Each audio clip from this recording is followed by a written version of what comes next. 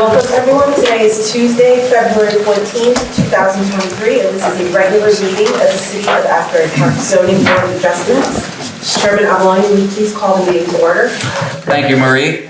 This meeting is being held in compliance with the Open Public Meetings Act, Chapter 231, Public Law 1975. Adequate notice of this meeting has been provided to the Coaster and Asbury Park Press by publication of the annual meeting notice and posted on the municipal bulletin board and municipal website.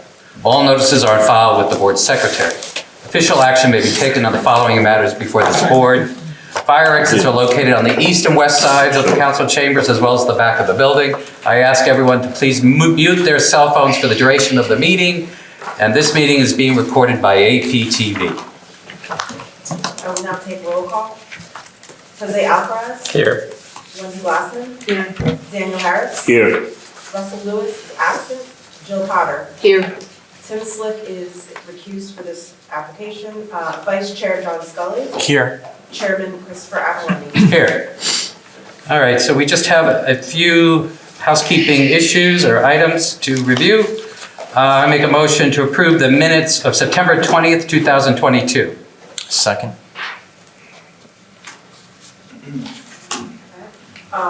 Board members that were in attendance at that meeting, Jill Potter. Yes.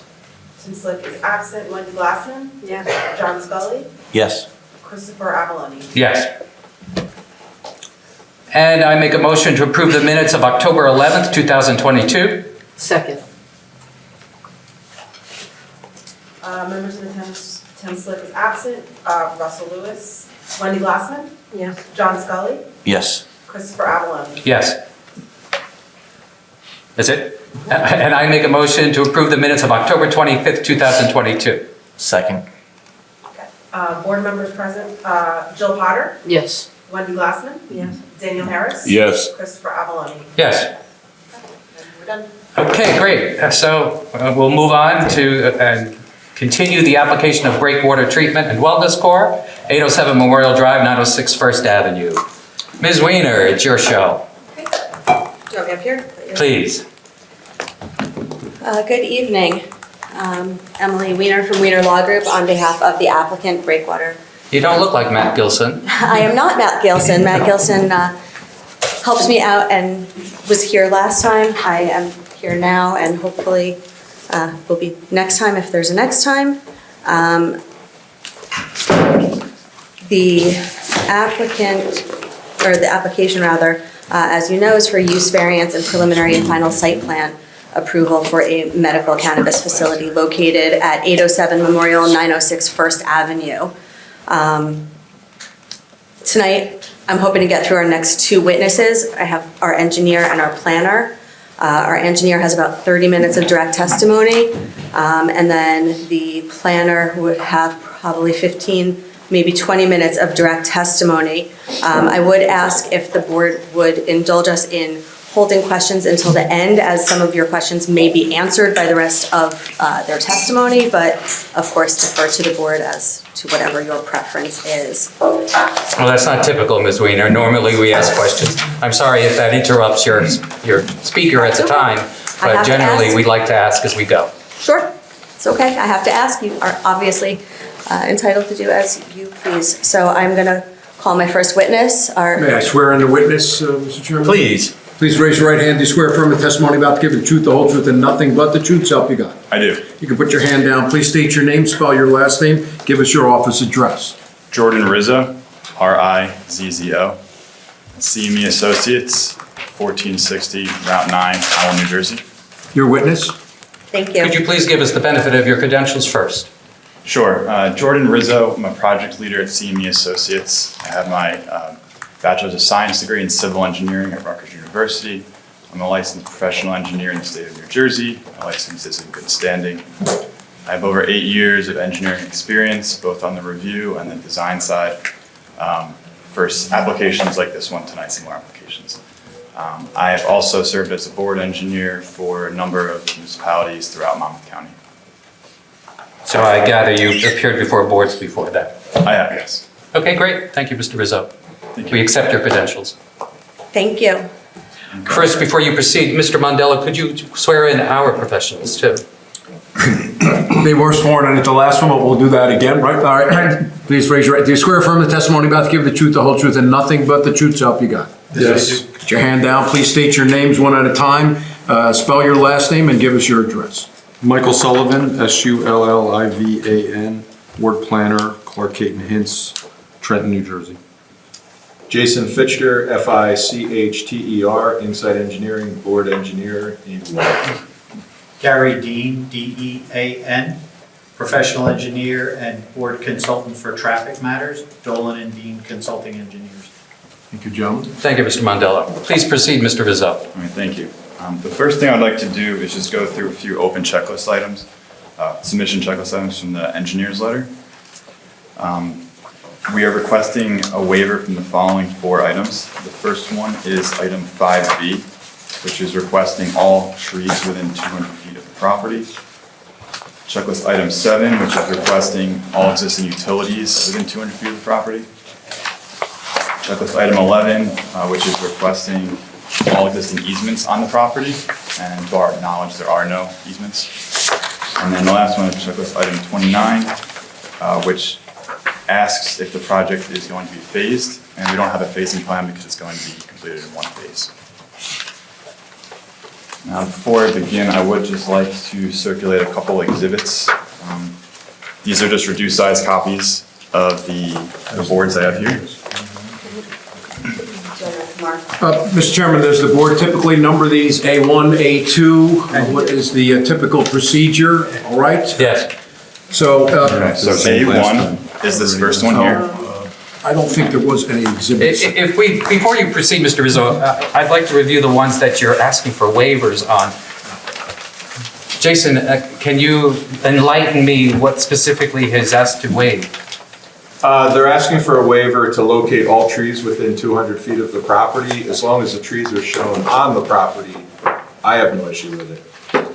Same with utilities within 200 feet of the property. As long as the utilities on the property and along the frontage are there, I think we're okay for a review.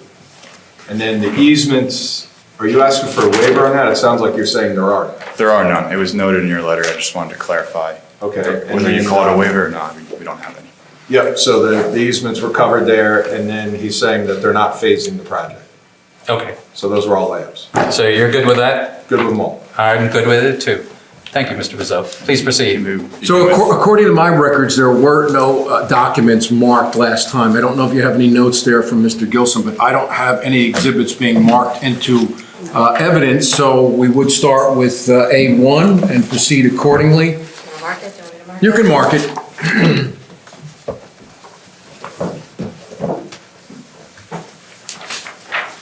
So why don't you, is it all the same? They're all the same. Okay. He'll mark the board, but. So,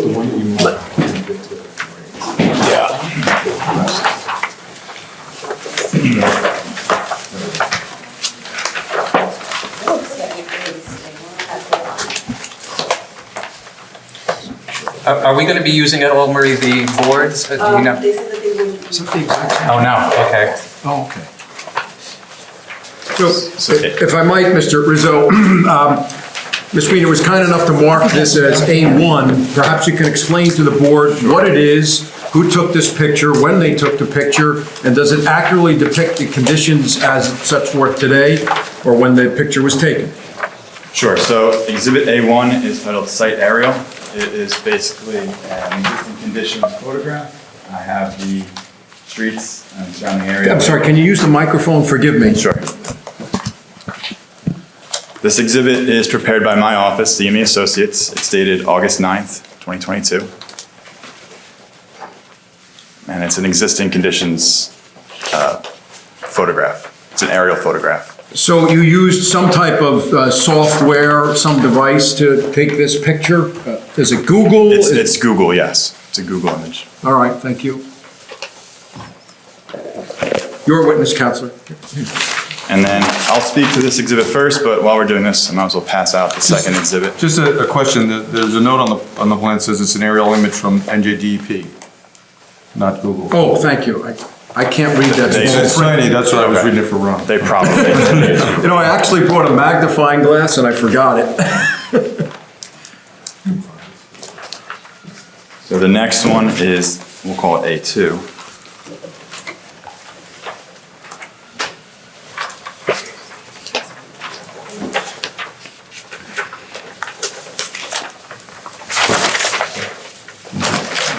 A2 is a site plan rendering.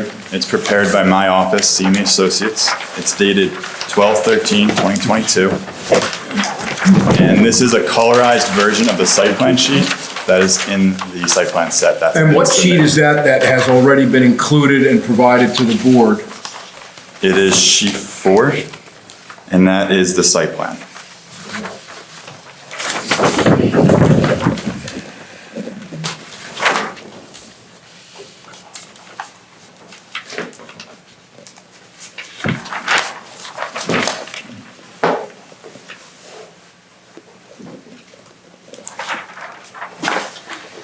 Okay, I'm going to start by referring to Exhibit A1, which is the site aerial. The subject properties are Block 403, Lots 2, 5, and 6. Just to orient the board, the north arrow on this exhibit is pointed down, so the north is down and south is up. The property is located on the west side of Memorial Drive, with the train tracks being on the east side of Memorial Drive. Lot 2 is 15,000 square feet. Lot 6 is 7,500 square feet, and combined, they're 22,500 square feet. Mr. Rizzo, I apologize for interrupting, and thanks to Mr. Sullivan, because I can't read that little box, but it says 2020 on it. So do you know if this picture accurately depicts the conditions as they exist today? It does. I've visited the site on multiple occasions. It does correctly represent the Well, site. even if you visited the site, you wouldn't know if the conditions are There's an like that. existing building on Lot 6. That building is there today, which you'll hear later in my testimony. And Lot 2 is a vacant site. All right then, and apparently for whatever reason, you're not able to find something from 2023, 2022. Would that be accurate? I think that was the clearest picture we could probably find. A lot of times the newer images aren't clear, All so right. it would have been a distorted photo. All right, thank you. You're welcome. So Lot 2 has frontage on First Avenue and First Avenue only, and then Lot 6 has frontage on just Memorial Drive. All of the properties are located in the LI, Light Industrial Zone, and the uses surrounding the subject property are primarily commercial and industrial. Now, the existing uses on the site, Lot 2 is undeveloped, and it is used to store vehicles. Lot 6 does contain an existing building today, and that operates as a classic car business. Both lots are 100% impervious. I understand one of the buildings is actually on the property of an existing neighbor. then. Yes, you're which- exactly correct. I'm going to actually reference the next exhibit, and I'll explain that.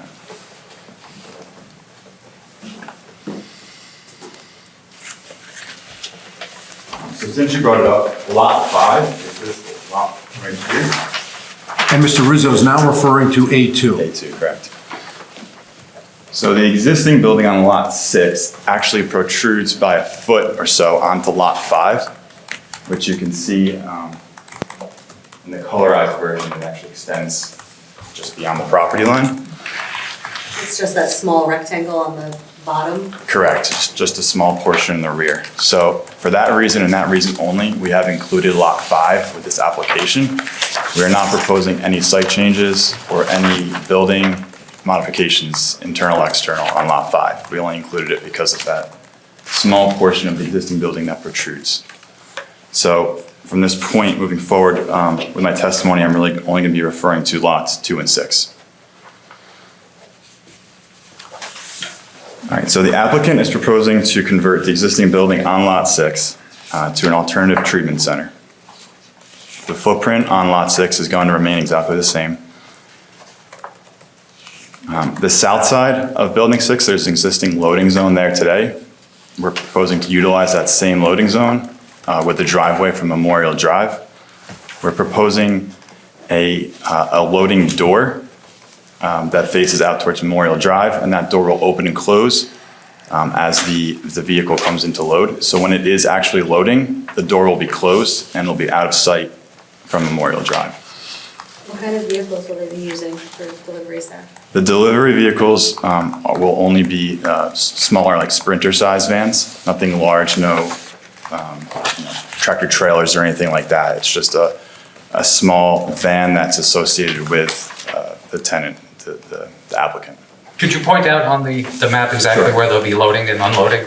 Sure, so this is A2, and this is the existing driveway that's here today from Memorial Drive. And you can probably see on your smaller exhibit, there's a thin black line.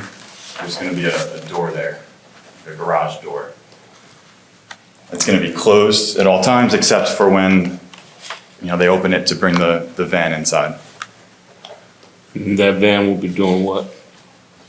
It'll be unloading and loading the product for the use. Making deliveries. Correct. And how often? So the deliveries are probably a few times a week as needed. There's not a set schedule. I guess strategically they like to come at different times just for security purposes. So there's not a, one time a day when they come. So it's not, you can't predict it. But it will always be during business hours. Thank you. Mr. Rizzo, when that vehicle pulls out, does it have to back out onto Memorial Drive? It will need to back out, just like the current vehicles do today, yes. So it won't back into the door where the loading happens? Correct, it'll pull in, face forward, And then back out? and then back out, correct. But I guess they could do whatever they want, right?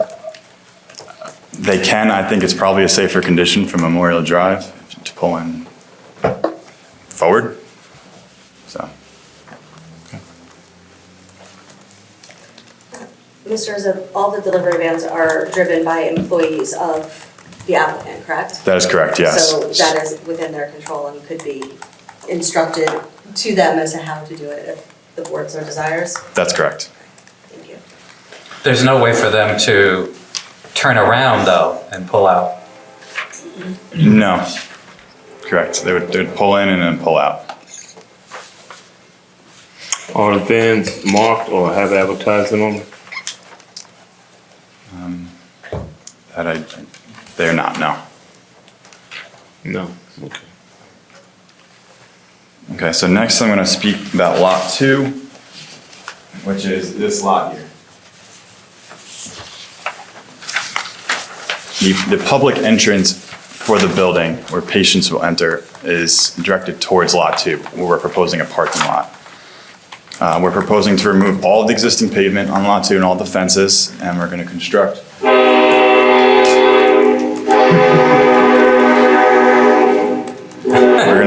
the parking lot, as you see. We're providing a one-way loop circulation aisle around lot 2. It's going to contain 34 total parking spaces, whereas 27 are required. Now, there's two ways to calculate how many spaces are required per the ordinance. The way that we calculated it is based on a square footage calculation of retail and office space of the proposed use. And like I said, we came up with 27 spaces. There's also an alternate way that the ordinance discusses, which was pointed out in, I believe, the engineer's letter. And that's a combination of straight square footage of the building plus the number of employees per shift. So we originally noted that there would be about 8 to 15 employees per day, not necessarily per shift. They'd be staggered over shifts. Of that 8 to 15, 2 of those are going to be associated with the delivery operation. So they would strictly be coming in the vans and parking in the loading space. They wouldn't be parking in a parking stall. So that's about 7 employees per shift. When you add that to the 20 spaces required for the total square footage, that's 27 spaces that are required. And again, we're providing 34 spaces. We're providing 2 new defined driveways. One is a one-way in, one is a one-way out, whereas the existing site today has one large driveway for the entire frontage. The entire frontage is basically a depressed curb. So we're providing defined driveways. Angled parking throughout at 45-degree angles. The two drive aisles are 12.5 feet and 13 feet wide, whereas 12 feet is required, so we comply with that. Two ADA parking spaces that are located on the shortest route to the front entrance, one electric vehicle ready space, and we're going to provide a few signs that are going to say something along the lines of 10 minutes or less parking. They'll be located closer to the entrance just to ensure that there's quick turnover in these spaces. The entire parking area is going to be curbed, and we're providing a new sidewalk and concrete apron at the driveways to First Avenue. And we're also providing ADA access from First Avenue for pedestrians. So there is a walking path on the left side of your exhibit from First Avenue to the entrance. The project will not have a negative impact on the natural environment. It's going to be constructed in accordance with the Freehold soil erosion standards. We're not impacting any existing vegetative wetlands, water bodies, anything like that. And we're not altering the existing topography or the drainage patterns. As far as the proposed landscaping goes, we're providing 2 shade trees, 4 ornamental trees, 96 shrubs, and 105 perennials and grasses. This includes one street tree along First Avenue and 1 street tree along Memorial Drive to satisfy the requirement in the ordinance. That's 1 per 50 feet of frontage. As far as the lighting goes, we're providing 6 new light poles around the parking lot. They're going to be 16 feet tall. We have bollard lights that are located on the walking path from the First Avenue right-of-way to the entrance, and those are more of an aesthetic. And then all the lighting is going to be downward facing, non-glare, and shielded. For the utilities, we're not really proposing any changes because there's existing utility connections today, so we're proposing to utilize those same public connections to Memorial Drive. That's public water and sewer. For stormwater management, per the definition in the city code and the state, we are not a major development. Per the city, we are considered a minor development, but because we are reducing impervious coverage from 100% down to 92.6%, there is no requirement to actually detain or recharge anything on site. So as I mentioned, we're maintaining all of the existing drainage patterns. The water is going to sheet flow from a southern to northern direction down to First Avenue, and there is an existing inlet right in front of the property where the water will be collected. And then on lot 6, there's the existing building. We're not proposing any site changes there, so that existing drainage pattern will be maintained on lot 6. Next, I want to go into the architecture. Could we just back up for 1 second, Mr. Yes. Rizzo? That little sliver on building, I guess it's lot 6, were you provided an easement for that onto the neighbor's property, or how has that worked out?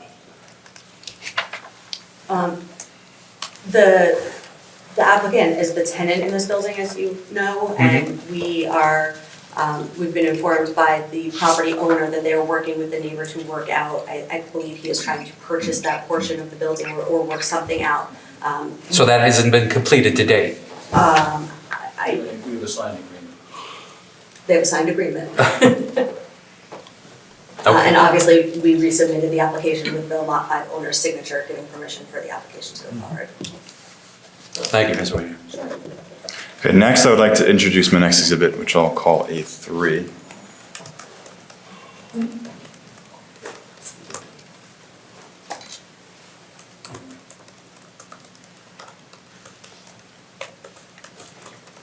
This is titled First Floor Construction Plan. It is sheet A101 from the plan that's been submitted and prepared by APTV. Last revised 11/17/2022. So, Mr. Rizzo, this was prepared by the architect, Correct. and you're relying on the plans that the architect created in order to testify? That's correct. Yes, thank you. You won't be having an architect testify? Not unless the board has specific questions that Mr. Rizzo can't answer. Okay, thank you. Thank you. So as I mentioned before, The main entrance for patients is going to be located in the rear of the building that's facing towards Lot 2. And the reason we did this is for a couple of reasons. First is we wanted to make sure that we provided enough parking. We weren't necessarily relying on any street parking on Memorial Drive. And also, we wanted to make sure we had our ADA spaces and didn't have any issues with patients, with mobility issues that wouldn't be able to get to the public entrance. So we wanted to make sure we had plenty of parking right next to the patient entrance. We will maintain the door that's located on Memorial Drive, but that's strictly going to be used by employees. It's going to be locked at all times, and they're going to need a key to get into that door. When patients enter from the rear, they're going to enter into the reception area where they'll need to check in and show their ID. From there, they can either proceed into the dispensary or they can go to the pre-order pickup kiosk area. All of the mechanicals are planned to be on the roof, and there is an existing 4-foot tall parapet surrounding the building, and that's going to screen the equipment. We are providing a refuse closet in the building, and that's going to store all of the trash totes. And then those trash totes will be wheeled out as needed to Memorial Drive for pickup. There was a question at the previous hearing about the filtration system. The filtration system is going to be a standard filter for an HVAC system. There's no state or local code that requires anything additional.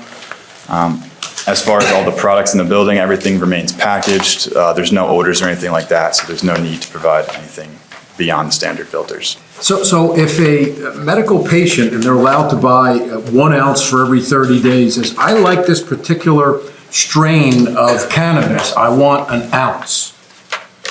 It's all prepackaged, so they're not opening and making measurements like that. So an ounce is prepackaged from the cultivator? Perhaps they can get multiple packages to equal the ounce. Okay, that's what I was thinking. They would have to cut them open and put them in. I mean, if they're packaged in quarter ounce or half ounce increments, they would buy 2 or 4 or whatever it would allow, but no packaging. You heard at the last hearing from the applicant, there will be nothing that will be opened or divvied up. There's no, bulk product at this location. Everything is packaged and sealed at their Cranberry location and transferred here in the vans. Anything that is purchased here will be in a sealed container and a sealed container only. And so that the board knows, state law only requires that these non-existent odors don't leave the property. Thank you. And then there was a couple of pages in the planner's letter that were dedicated to the architectural compatibility with section 30-64.7 as it relates to the exterior of the building.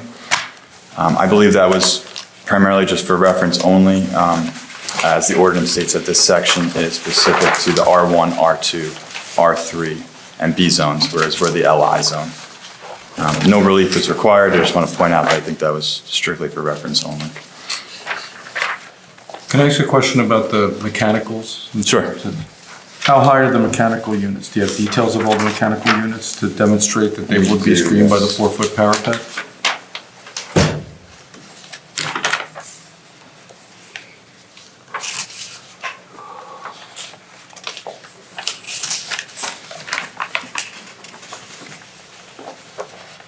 So this is also included in the architectural plans? So we'll mark this as A4, and this was created by the architect Mancini Duffy. Yes, it is sheet A701, titled Elevations,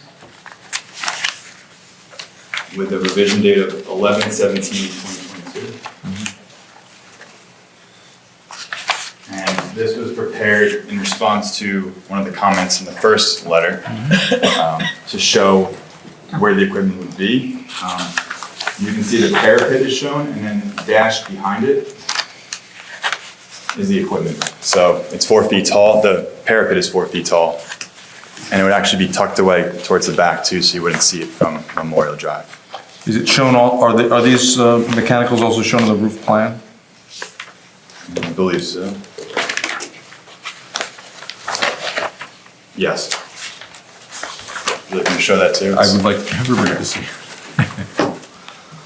So this is sheet A102. Mark it as A5. Yes. And once again, another sheet created or designed by Mancini Duffy. It's listed as A102. And what is it? It's called the roof plan, Thank you. dated 11/17/2022. It's hard to see. Can you highlight where these things are?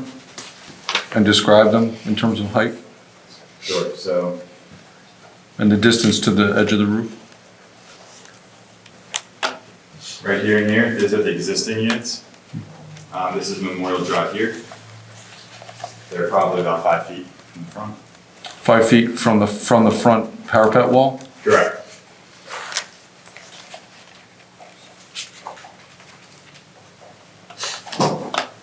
And then, right now, we're showing these 4 locations here towards the rear. So they're, they're further back, wouldn't be visible from the road. And how high are the units themselves? They're gonna be less than 4 feet, as we've shown on the previous exhibit. Okay. Thank you. Less than 4 feet. Thank you, Mike. Please proceed, Mr. Rizzo. Thanks. So we are proposing 2 signs with the project. The first one is a ground ID sign, which is on lot 2 facing towards First Avenue. It's 33.25 square feet, and it's I'm sorry, I'm gonna go back to, going back to A2 now. The ID sign is located in between the two driveways, so right in the middle. It's located just behind the property line, but the property line is about 25 feet from the street, so it is set back quite a bit. We're also proposing 1 wall sign. It's 38.5 square feet. It's circular, and it basically has the company logo on it, and that's going to be. Are these signs going to light up or have lights on them? or- Yeah, they're both going to be externally illuminated. The one on the building is going to be downward facing lights, and the one facing towards First Avenue is it's going to be a shielded. They're not neon lights or? No, external. Okay. Yeah. Can you continue with the explanation of how it's illuminated, the one on First? Sure. First Avenue is a ground-mounted. It's going to be ground-mounted and facing upward towards the sign, and it's going to have a shield on it, so it's really only projecting it towards the sign itself. Are you going to have evening hours available for this site, or is it closed by 6 or 5? Or? I believe at the last hearing, they testified that I believe it would be open till 8. At the counter. 9 AM to 8 PM was testified to. Thank you. As far as traffic goes, we have reviewed the board traffic engineer's comments in his letters. One of the comments was to provide updated counts. Updated counts in a post-COVID time. So we have completed those, and we have submitted those. I do just want to note on the record, it was submitted today. Nobody expected the board or the board's professionals to review the entire report today. I just wanted to get it to you as soon as possible, figuring that we would not complete all testimony tonight anyway. Wanted you to have as much time as possible with the report. As far as outside agencies go, we have submitted to Freehold SCD, and we've received their certification letter. We've received a letter of no interest from Monmouth County Planning Board. We have received an approval letter from the fire official of Asbury Park, and we don't anticipate any permits or approvals beyond that. We're located out of the CAFR zone, so there's nothing for the DEP. A couple more comments I want to address from the engineer's letter, and if there's anything else from your letters that you'd like to ask me, please feel free. But one of the comments was if all the parking is located out of the First Avenue right-of-way, and we are providing all the parking out of the First Avenue right-of-way, it's behind the property line. I think there was a small portion where the curb may have extended past it, but we're gonna agree to comply and move that out of the right-of-way. There is landscaping in the right-of-way also, but that is, basically it's a street tree, which is required, and then it's lower shrubs, which are, an aesthetic for the property, and they're low. It's not gonna be trees or anything of that nature. All the other comments we agree to comply with. The one thing I want to point out, though, is there was a recommendation made that the two lots be consolidated. The applicant tonight is going to be a tenant for this use, so they don't have the authority themselves to consolidate the lots. So we're proposing to keep that. So that wasn't originally part of the application. That was not originally part of the application. No. I don't recall whether it was part of the original application. Not as far as I know, Mr. Mondello. No, it was not. Not. So. It was not proposed by us. I'll tell you that much. Well, that's fine, but we have no jurisdiction over that, so. And why wouldn't you do that? I understand you're just a tenant, but if I'm the owner and the board is suggesting that the lots be consolidated, what's the problem? Okay, all right. Other than not wanting to. Yeah, I mean, you can want that, but. I mean, I can't speak to the intents and desires of the property owner for any business purposes he may have in the future. I don't know. Well, kind of following up on that, so ideally, if these are gonna be linked because of the parking lot and the function and the access and the building and all of this, and you're not gonna consolidate, what mechanism would be used to ensure that that relationship is maintained and that the owner doesn't decide someday to redevelop the parking lot and lose your access? Or sell off lot two to somebody else. How does that work? This is a use variance. The board, if there's an approval granted, could make a condition of approval that as long as the use is in place, the parking lot must be there as well, or something similar to ensure that. I'm not sure we had jurisdiction Yeah, I was over gonna that. say, I don't know that we can do that. I think that, I think it is a reasonable condition to ask that those lots be consolidated.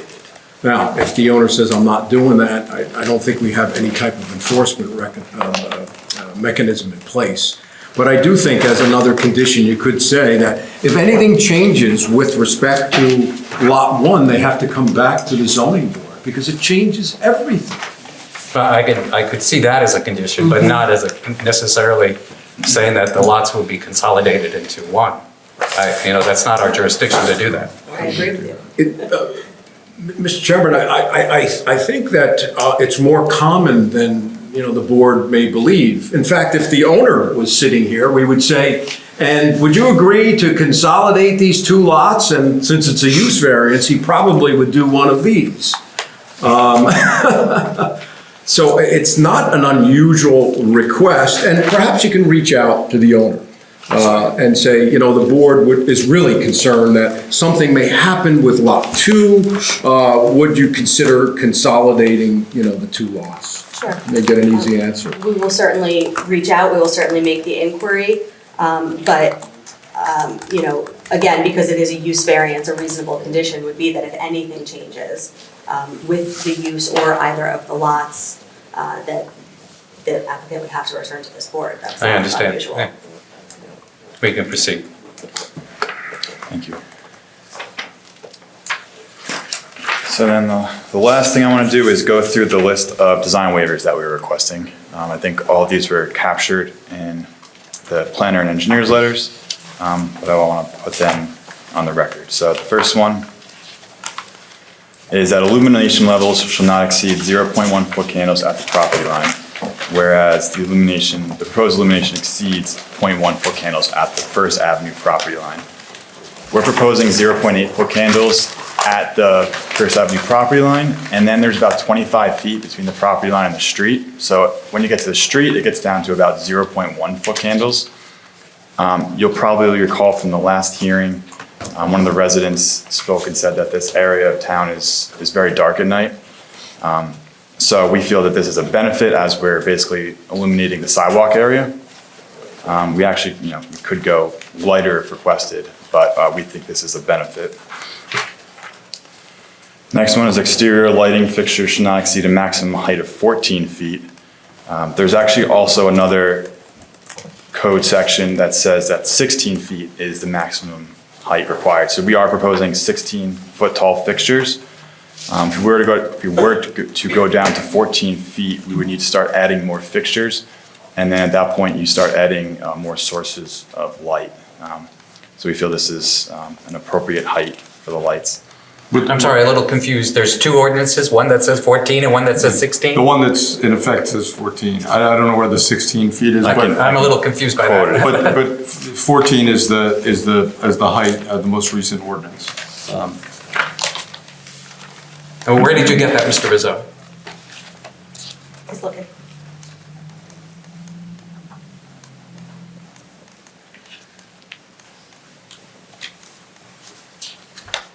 It is section 30-59.13C. For the record. May or may not say that. I know that the most recent adopted ordinance is 14 feet. I agree with what you see in the ordinance. And Yes. There's another section too. Sorry for the confusion. I don't know where it comes from, but I mean, So frankly, you need a variance then? A design waiver, Yeah. correct. frankly, more fixtures would actually allow a better uniformity in the parking lot, right? If you had more fixtures, it's not necessarily a bad thing. You could have lower light levels and more uniformity if you had to do that. Yeah, we think that the design currently is a good, safe condition for the parking lot. What would be your objection? It's really just adding more fixtures. How many are proposed currently? 6, And how many would be needed? I'm not sure. If it's like 8, it's not that much.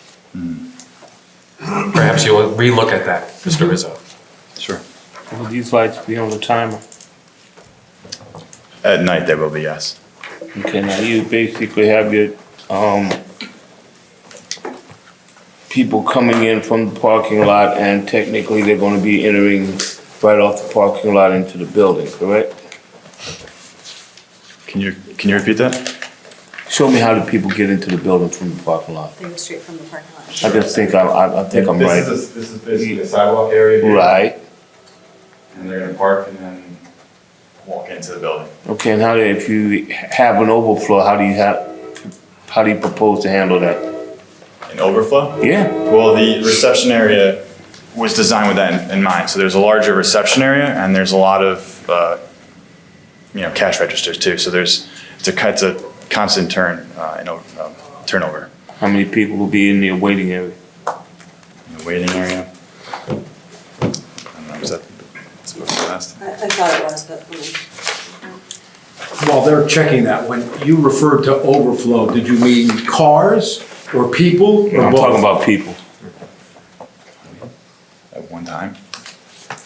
Can he be sworn in, because he's going back and forth asking questions? Did you ask that question last time to the applicant? Yeah, And were you satisfied with the answer or? that was a while ago, when I didn't write notes. Mr. Rizzo, you can't question the board. And can If we want to That is clarify pretty an answer. unusual. It's a little unusual for you to question If it was us. discussed at the last hearing, I can find it in the transcript to remind you. Good. There's a gentleman who's talking to us, he's sworn in. Mr. Froelich, if you want to be sworn in, again, Mr. Froelich, I guess we'll check the transcript. Yeah, just give me a minute. Would you like me to proceed while she's looking? please proceed while they're looking. I would assume you have a limit about the amount of people that you can allow in the waiting area, right? There would be, yeah. There must be a I can limit. see the limit, sure. You can't have 500 people standing around in there. Agreed. There's a limit to capacity for I everything. see about 30 sites to people, the word people. Yeah, I'm trying to avoid the word people. I'm trying to see if I can find reception or. Continuing with lighting. I'll find it. There's an average level illumination not to exceed 1.0 foot candles. We took that to be the site, so we designed it at 0.9 foot candles for the site. However, the planner pointed out that this would be for the parking area. So we have 1.4 foot candles for the parking area, which we feel makes, for a safe condition in the parking area. All off. So the maximum permitted average is 1. 1. And you're 0.4. 1.4. 1.4 0.4. in the parking area. Right, Correct. correct. 0.9 for the site. All off-street parking and loading facilities shall be located to the rear of the required front yard area, whereas we provide 4 spaces in this area. This is the 10-foot front yard setback from First Avenue. If we were to eliminate those 4 spaces, we would still have more than compliant number of parking spaces. But we just wanted to provide as many spaces as possible to ensure that there's as few, vehicles on First Avenue. Are you factoring any growth in your business and any of your projections of parking? Sure, I mean, like I said earlier, the requirement is 27 spaces. We didn't go straight to that number. We tried to provide more than that. I don't want to interrupt you, but I did find the answers to your questions. At the last hearing, Mr. Froelich testified regarding the number of people that they see a day and that the average time is between 1 and 5 minutes per person. At their other 2 locations, they don't see queuing because they have a large reception area, because they have so many registers, and because they do have a pre-order, pick up your order and go, that they, even in their Cranberry location, with 200 to 250 people spread out over the day, there's really not queuing. They've never experienced that in either of their other locations. But there could be. Is there a capacity in that retail space, in that office space now? I guess, and also, and back to Mr. Harris's earlier questions, it's both the queuing of people and, I think, to our council's point, the queuing of cars. There are 27 spaces, and some of those spaces are also employee spaces. Where do the cars go if all those spaces are taken? And you just have more people having shown up in that particular moment in time? Sure, there's 34 total parking spaces. And the drive aisle is set up in one continuous motion around. It's all one way with angled parking. So they're gonna enter First Avenue, circle around. They get back to the beginning and they realize that they saw something maybe down here that they skipped over. They could easily circle back in and go there. Otherwise, there's a lot of street parking on First Avenue, so it's not like they're gonna be parking illegally or anything like that. Now, how do you know there's a lot of parking on First Avenue available? There is street parking on First Avenue. But it could be taken up with other cars or people using those spaces. How do you know what's available? I don't, but I assume that But they you would. just made a statement that said there's lots of parking available. I'm sorry, there is street parking available Have as you opposed to not taken having. pictures of during the summer when there's parking on First Avenue? I don't have pictures, but I have visited the site and But do you have it at the height of the summer? yes, I don't have photos, but I have visited it in the summer. But you didn't answer my question. Do you know what parking is available? I did not do a parking count of First Avenue, if that's So what you're then again, asking. you really don't know. So if I can, I guess, change that, I'll say that there is parking available on First Avenue, whereas some streets. On an occasional basis.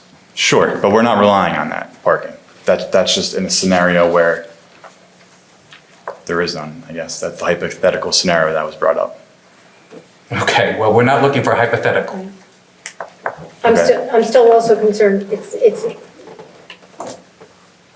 you offered First Avenue, but I'm still talking about the queuing and the backups that occur if you have a larger number of people than the number of parking spaces. It's not, I don't see yet from what you've described that the ability of people to circle is a smooth movement of traffic, even within the lot.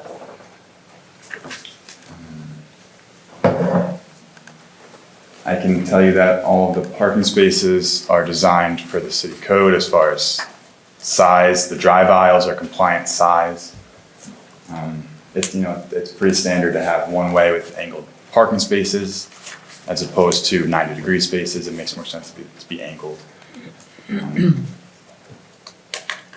Yeah, I'm not questioning the size of the spaces. I'm questioning the ability to tolerate larger numbers of people coming in that you can't Sure. anticipate. Sure. I think when our traffic engineer testifies, he can maybe elaborate on that further. But as I've mentioned, the ordinance requires 27 spaces, and we try to provide as many as we could in a hypothetical scenario where there is no parking left. So Okay. it's not really that hypothetical when you first open. It may dissipate as time goes on, but typically when establishments like this first open, there is a big problem. And there's several police officers to direct traffic, et cetera, et cetera. So I'm sure the applicant wouldn't have any problems if in fact the board was inclined to grant the relief sought by the applicant that on the first day that you open, there would be police officers to, direct traffic. That would certainly, in my opinion, not be a daily occurrence, but it certainly could very well be much more than a hypothetical on opening day or several days following opening day. And then it tends to drop off. There, you can take a look at what happened in Lodi on Route 17. There is a pattern that takes place when these establishments first open. Thank you. And we're also providing a sidewalk from First Avenue. We expect there would be a number of foot traffic and public transportation as well. Okay, is there a reason you only have 2 handicap parking spaces? What I'm looking at is that you are medical marijuana, okay? And a lot of these people have physical disabilities who are visiting or coming to you. And why with people with physical disabilities do you only have 2 handicap spots? 2 is the number that are required.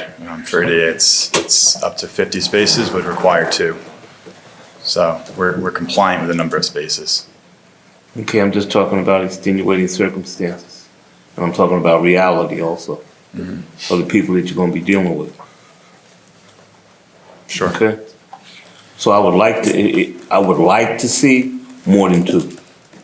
Well, I think if we provide more than 2, then we might run into a scenario where, what if there's a lot of people that can't necessarily park in those spaces? So that would in effect limit it as well. So we're providing the number that are required, and then the rest will be available, to whoever comes to park there. But we do expect a quick turnover, so it's not like people are parking for hours. I would expect that employees would park in the furthest spaces, and that would leave a lot of the spaces closer to the entrance to be available. How many employees are gonna be there? I said on one shift, it would be about 7. Okay, so now you're talking about 5 to 7 spots going to be taken by employees. So And now and we're that down- is actually factored into the parking calculation. Okay, so now we're It down to 20 considers spots. employees. No, that's 27. 27 spots, okay. I'm sorry, what was the question?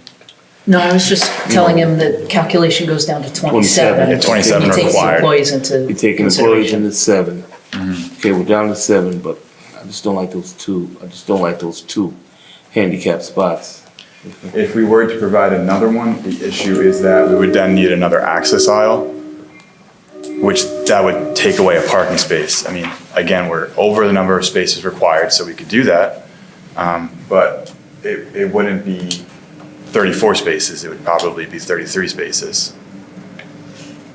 So we're providing another ADA space, which may or may not be used by, the patients visiting at that moment, and we're effectively eliminating one more space. So we wanted to make sure we provided what was required, which is 2. And typically you wouldn't really exceed that unless you had multiple entrances, which in this case we have the 1, so we're providing them on the shortest route to that entrance. If we had 4 entrances, we would probably provide 1 or 2 at each entrance. Okay. Are you depending on parking on Memorial Drive? No, it's not been accounted for at all. And again, that's another reason why we put the entrance in the back, so that we can provide it as close to the parking that we're providing. Thank you. The next design waiver is that all off-street parking and loading spaces shall be arranged in an orderly manner to avoid unsafe conditions and to provide adequate access for vehicles and pedestrians using the area. This one was pointed out by your planner. I believe it has to do with the fact that the loading operation backs back onto Memorial Drive. As we discussed previously, that's the existing loading zone. And then I believe it's also, and you can correct me if I'm wrong, but I believe it's because the parking space is back towards the driveway, which we feel it's a safe condition. And again, we're utilizing the existing loading zone that's there today, and all of the parking complies with parking stall size, drive aisle width, things of that nature. So let me ask a question. Sure. Recognizing that there's an issue with backing onto Memorial Drive, which is a major road, and recognizing that you have 7 more parking spaces, 6 to 7 more than you need, and you only have vans that you're using, and vans would fit in a parking lot. Why not arrange this so that you could actually accommodate a van space back by that area and remove that condition, which I think folks, well, I'm not gonna speak for anybody, but it would be more desirable to not have any kind of backing onto Memorial Drive. Yeah, so the main reason that we liked the loading area from Memorial Drive is because it gives us the opportunity to actually enclose it. So there's about 60 feet where the building, between the building and Memorial Drive and that little sliver. We're proposing it to be 42 feet closer to Memorial Drive, which is actually an improvement in terms of the ordinance because the ordinance has a maximum front yard setback, so we're bringing it closer to compliance. And in doing that, it allows us to actually drop the garage door and enclose that whole area. So the whole loading operation, also for security purposes, but it wouldn't be seen from the street. But if you had it in the back, which is surrounded by 3 buildings, nobody would see it either. It wouldn't be seen from the street in the back, correct? I think that would take significant maneuverability, and I think that would eliminate more than just a few spaces. Just asking the question. Yeah, thank you. Mr. Rizzo, when you said the vehicle's backing out of the spaces, you said that you feel that it's a safe condition. What do you mean by that? I mean, all of the spaces in the drive aisles are designed at the requirement or even above the requirement for width or length.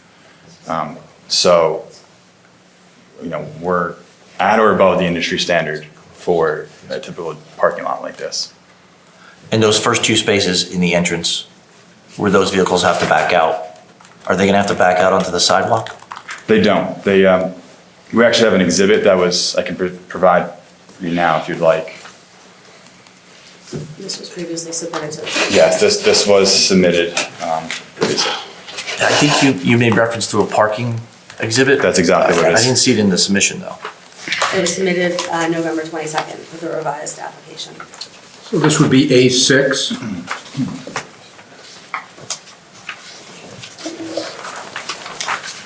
And perhaps, Mr. Rizzo, while Emily's handing that out, you can explain what A6 is to the board. What does it represent? Sure, so again, A6 has been submitted. It is called the parking exhibit. It's prepared by my office, CME Associates. But not by you, Mr. Rizzo? I'm sorry? Not by you? It's my office, CME Associates. And the date is 9/13/2022. And that was A6, correct? Yes. So this was prepared based on a comment received in one of the letters, just to show how the parking works. I think the question that came up was the parking as it backs out towards First Avenue. We show that it, does not encroach onto the sidewalk. The vehicles shown here are also much larger size vehicles. So these are like, the bigger trucks that you consider, like Ford F-150, something of that size. They're 19 feet in length, so we went conservative with what we were showing here. A smaller car is probably closer to about 15 feet in length. So this is a conservative exhibit, and it shows that the vehicles don't need to cross over onto the sidewalk. Mr. Rizzo, you said earlier that when our planner was asking you about making the loading zone in the back, you said mobility or for the van. How large is the van? Is it similar to size to a pickup truck or what Correct. dimensions are that you're It's using basically here? like a Sprinter van, so I think it's probably comparable to what's being shown here. So would it be accurate to say that the van would have enough maneuverability? So for security purposes and all of the loading operations need to be basically concealed. They're going to have cameras on them. We like the opportunity to actually box that in so that it's not visible. So that is why we're utilizing the Memorial Drive area, because it can be surrounded on all sides. So from an architectural perspective, there's no way to modify the building in the rear to actually do the same, a similar thing from a security standpoint? No way.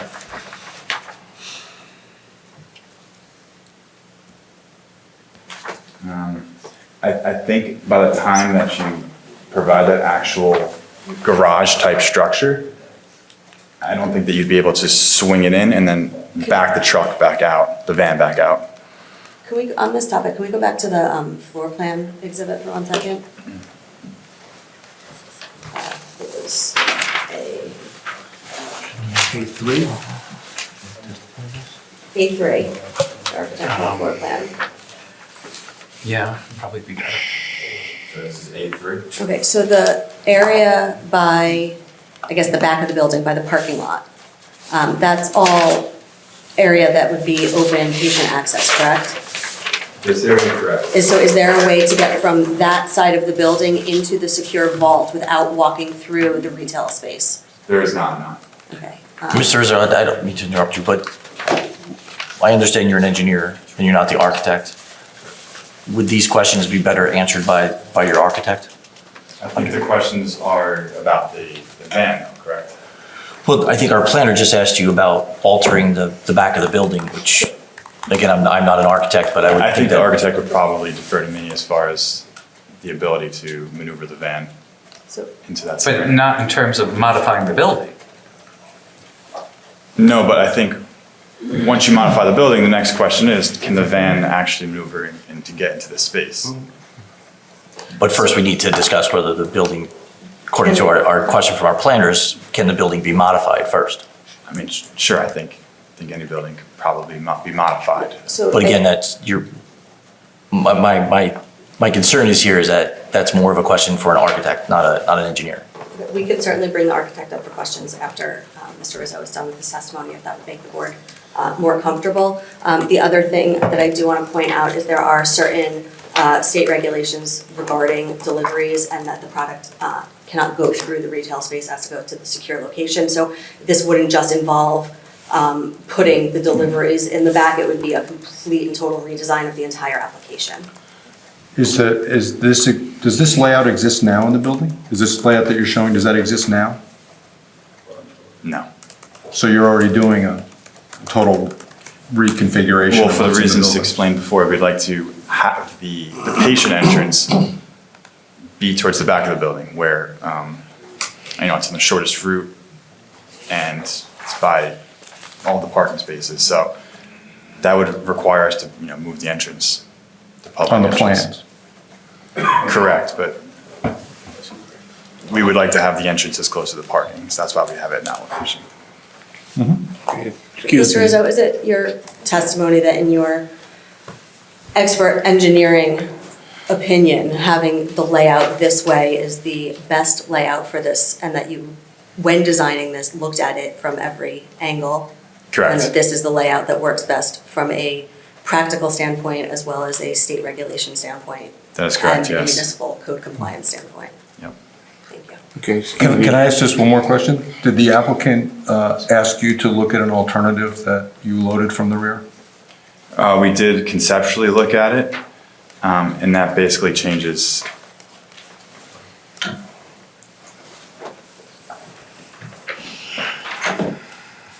I think at that point, it's a completely different design, and we're looking at less parking spaces. So the goal from the very beginning has been to try to provide as many parking spaces as possible. I understand that. And especially given that the fact that the loading zone is already on Memorial Drive and functions that way currently. And we're improving that condition by actually moving the door closer to Memorial Drive, getting closer to the front yard setback. But you understand our concern about where the van is entering and how it exits onto a very busy thoroughfare in the city is not the most optimum place to back out onto. That's why the concern is being raised, Mr. Rizzo.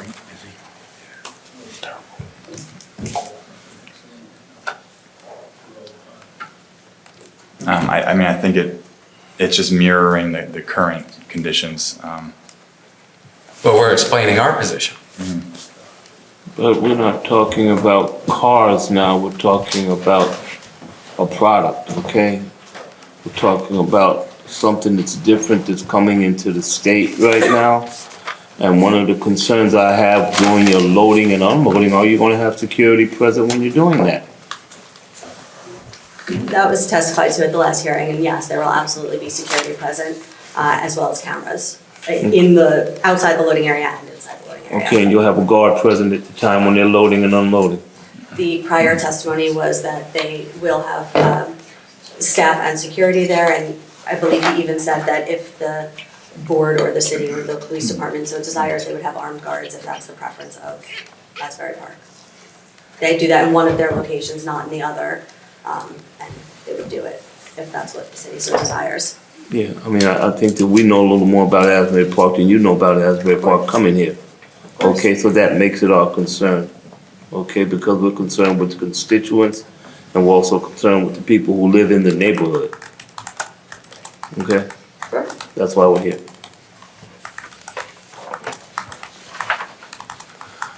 Okay, thank you. The next design waiver is that driveways shall be 18 feet to 34 feet in width for one-way commercial operations. Whereas our driveways are slimmed down to 12.5 feet and 13 feet wide. We provide 24-foot wide depressed curbs at First Avenue, so that would comply. But once you get a little bit further into the site, they need to narrow down so that they can get back to the same width as the drive aisles. And as I mentioned before, the drive aisles themselves are at the compliant widths. The next one is the minimum distance separating two driveways is 50 feet, whereas our two driveways are spaced 21 feet. In this case, though, they're one way in, one way out, so it's not like they're both accepting vehicles in each direction.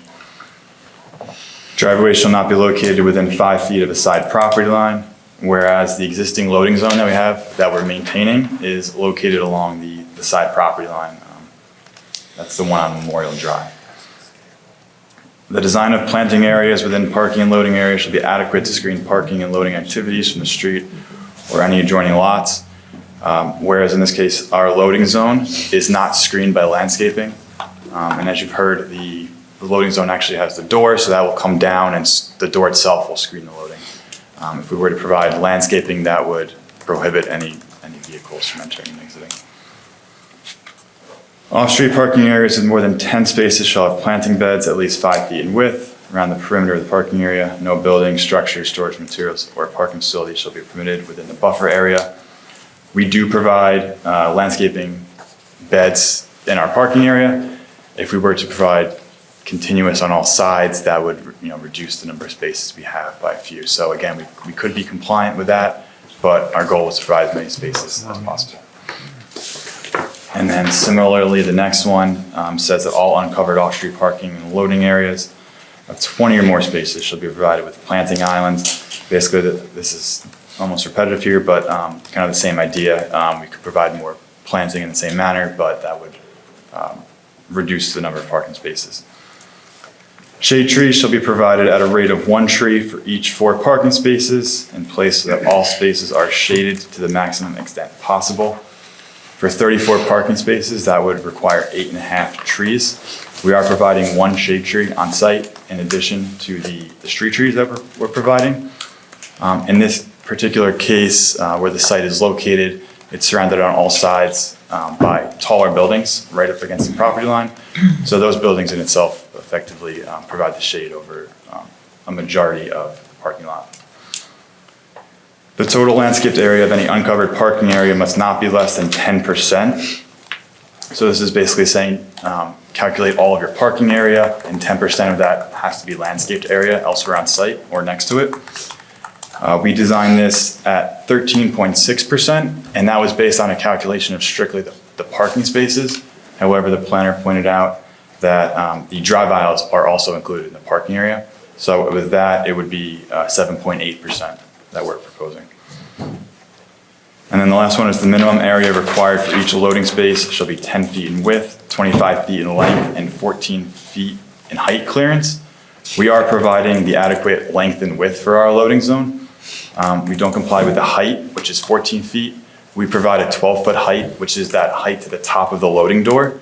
And we just don't see need to go any higher because the vehicles that we're bringing in are the Sprinter vans, not a larger size truck that would need a taller height. So in this case, the smaller height would be a better use of this area. And that concludes my testimony.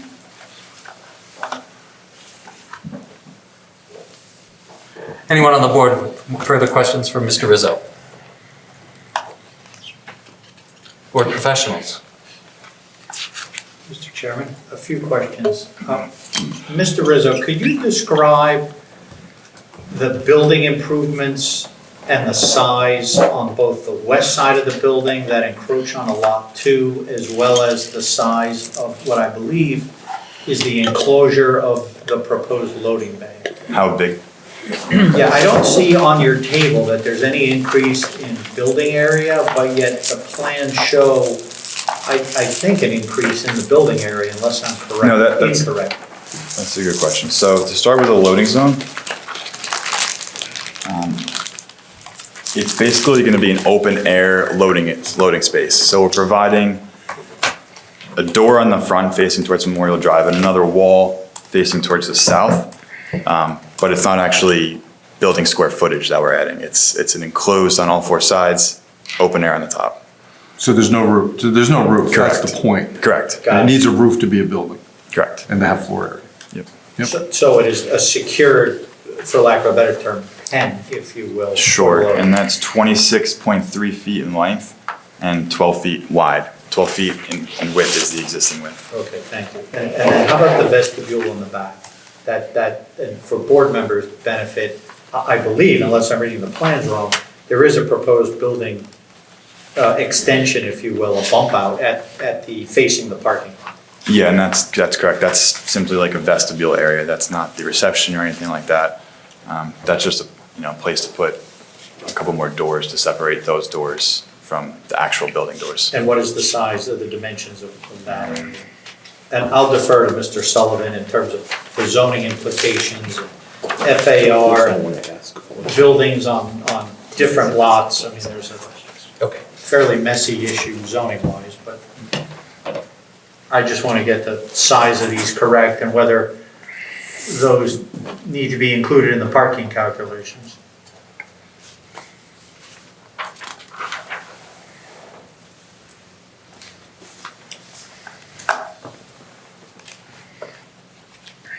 It's 15 feet in length and 8 feet in width.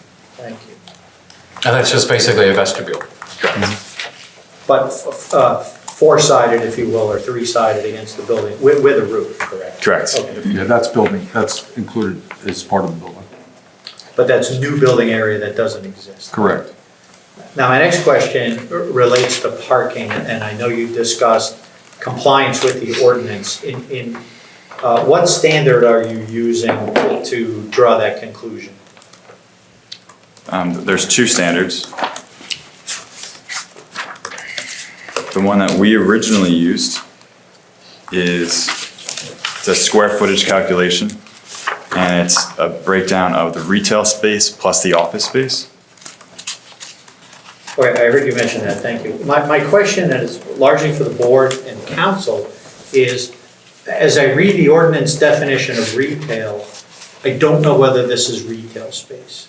And the reason is your ordinance describes it as, I don't have the definition in front of me right now, but it's available to the public at large. and I'm going to focus on the word at large, and because of the very specific nature of this use, I'll defer to you and council, but I don't know that that qualifies as retail. And second to that, your ordinance has a provision, principally for the zoning officer, but in this instance, I think it'd be appropriate for the applicant to opine on non-specified uses in your land use ordinance for parking. And so, perhaps to Mr. Rizzo, but procedurally more to the board, is this retail? And I don't know that it necessarily meets your definition, and we should be looking at a different standard for parking. And assuming it, I'm sorry, go ahead. No, I'm just going to follow up on that. And in our report, we use retail as an analogous use that it may be similar to, but we don't say that it is under that umbrella. But it was used as a way for the board to consider if the board is going to actually determine what the appropriate parking would be. And I think that is why the ordinance actually has the alternative parking calculation. That calculation is based on the total square footage of the building plus the number of employees. So that kind of gives you both a look at So if we size didn't use and the employees. definition of retail, what definition would we use? That was going to be my question. And I was going to ask the professional sitting over here, what would Somebody you has to tell suggest? me. What would you suggest we use, since if it is, assuming it's not retail, where do we go from there? Which section is the section that gives you the formula? 30, And what does this fall under then? 30, 59.5. Got it. Point five. And like I said, I think the alternative calculation is there for this purpose. If there isn't, The alternative calculations are sometimes troubling. And it's still predicated on it being either retail, trade, or retail services and office, as opposed to separating under commercial uses, retail and separately office. And there's a different ratio for parking. But then in your ordinance, you have a provision, and I'm trying to find it, so my apologies, that talks about uses that aren't in your, basically aren't in your ordinance. Right, general requirements, under H, general requirements, when a specific commercial use cannot be identified. And then you go to retail, trade, services, and office. And it's one per employee on the shift plus one per 350 gross square feet. When you cannot identify the specific use. and that is also what we used. And those both came up to the same number though, didn't they? Coincidentally, yes. But one interpretation is that means that you don't know what's going to go there. We know what's going to go there. It's just not in the ordinance. Let me add this to the equation. I don't have a medical marijuana card, but I'm allowed in the store. Isn't that correct? I don't. I can't make a think so. purchase, but I'm allowed in the store. I think when you first walked in, you'd quickly be asked to show your ID. And I think at that point, you'd probably be asked to leave, but. I think that's a better question for Mr. Problick, is it not? Well, he doesn't want to get yelled at. Not for you, Mr. Rizzo, and you saying, "I think," doesn't help us. Okay. Can he be sworn in? No, we'll come back to Mr. Problick at another time. Okay.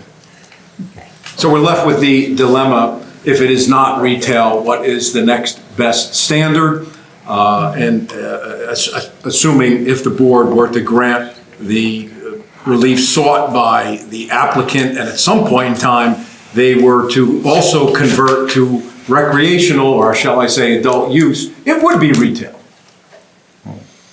And when you do not have a use, the section 59.6 allows for the determination by the zoning officer.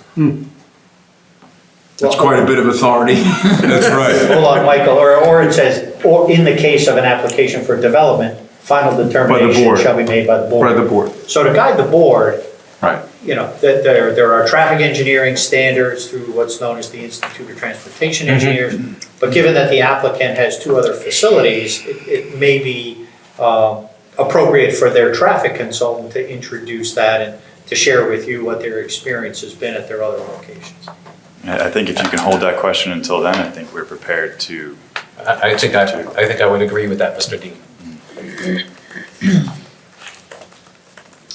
And then my last question has to do with, and it was in our review memorandum, and I appreciate the parking circulation plan. Have you done an exhibit just to show how an emergency vehicle can get through the parking lot? You know, and again, it's, whether it's an ambulance, I don't think fire necessarily is the appropriate vehicle, but just in the event that EMS needed to respond, can that vehicle get to the door?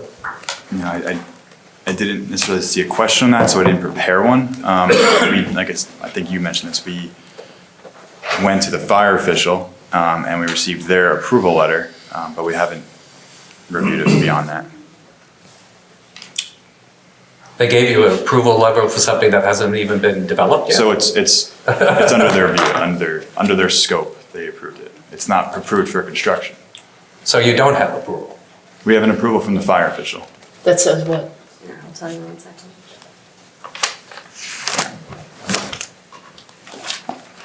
And who might that be? Which is, I mean, it's common. We have a soil approval, we have a county letter of no interest. The letter said, and this has been submitted, but it says, please be advised that we have reviewed the proposed site plan for the project on lots 2 and 6 at the corner of First and Memorial. Based on the plan submitted, we have no issues at this time. And that's their letter.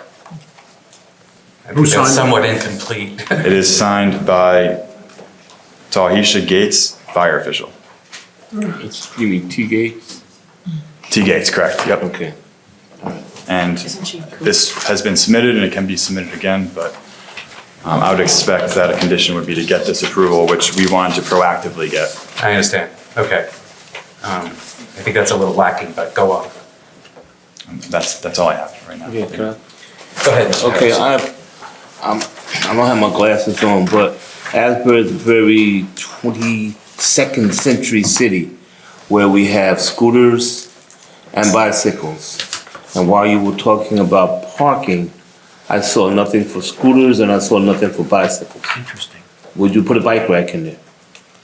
Yeah, definitely, we'll put a bike rack. I'm not familiar with anything that's specific to scooters, though. Is that just, there's not like a, You can rent a scooter on one side to get to the other side, okay?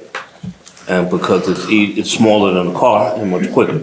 Also bicycles, because people in Asbury ride bicycles, we have bike lanes. yeah. So I think that those people's needs would have to be addressed in anything that you present to us. We'll provide a bike rack. Okay, Sure. second, you talked about 1 to 5 minutes to go in and out.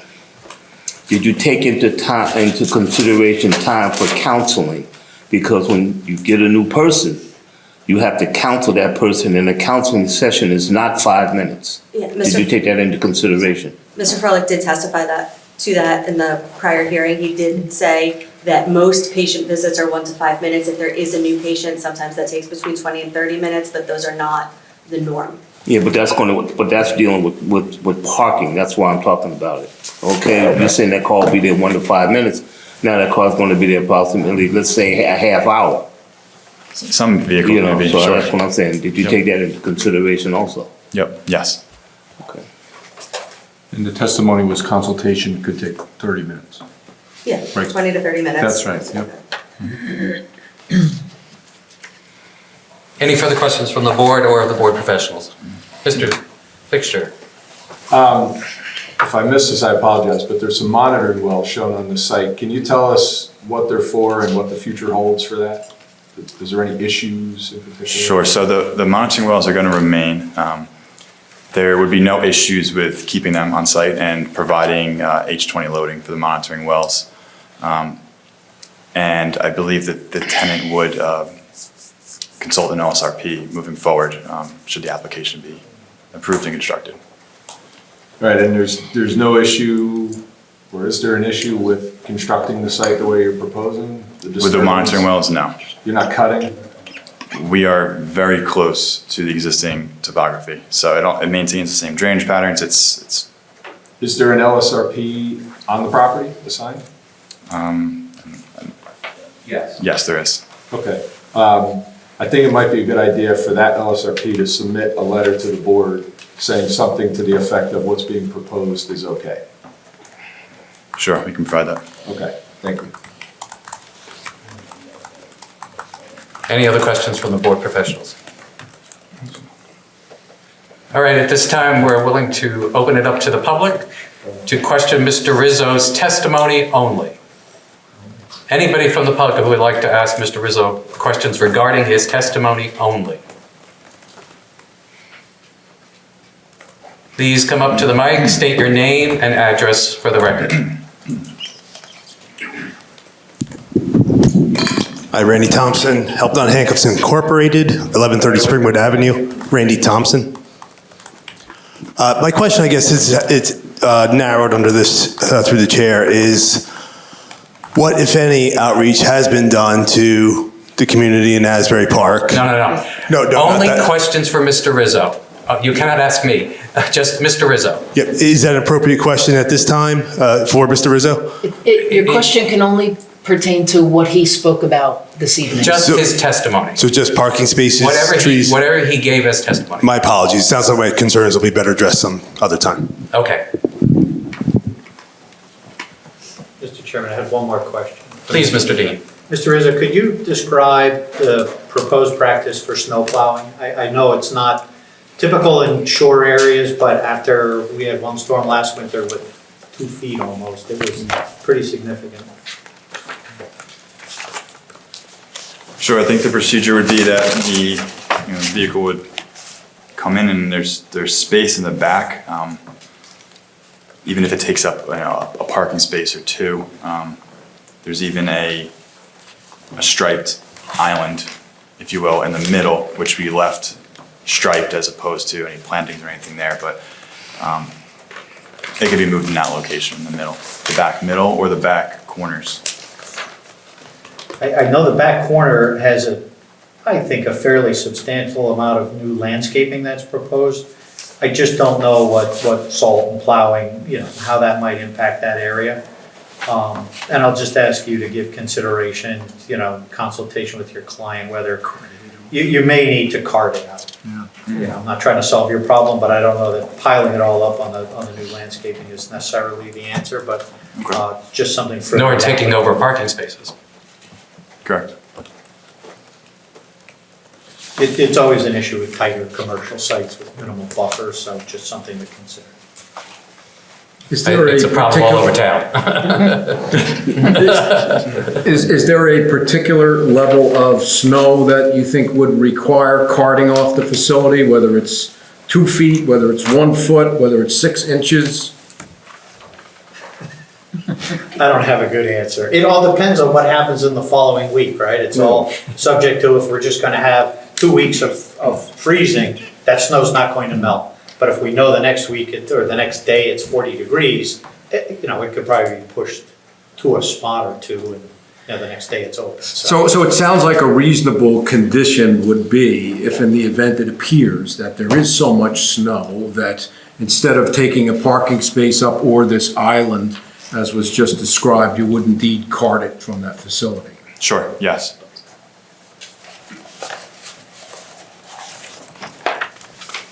Any further questions for Mr. Rizzo, whether it's the public?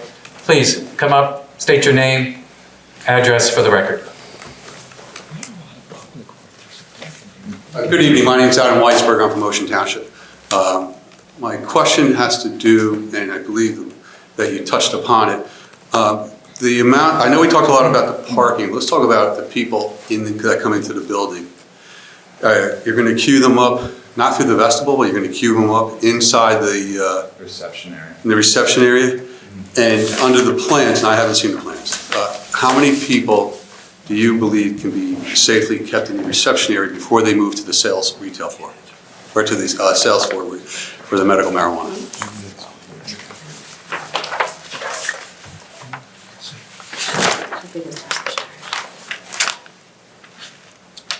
The reception area is 792 square feet, plus it's directly adjacent to the to-go pickup area. I'm sorry, I didn't hear you. I'm sorry. The reception area is 792 square feet. The to-go pickup area, which is right next to it, that's 327 square feet.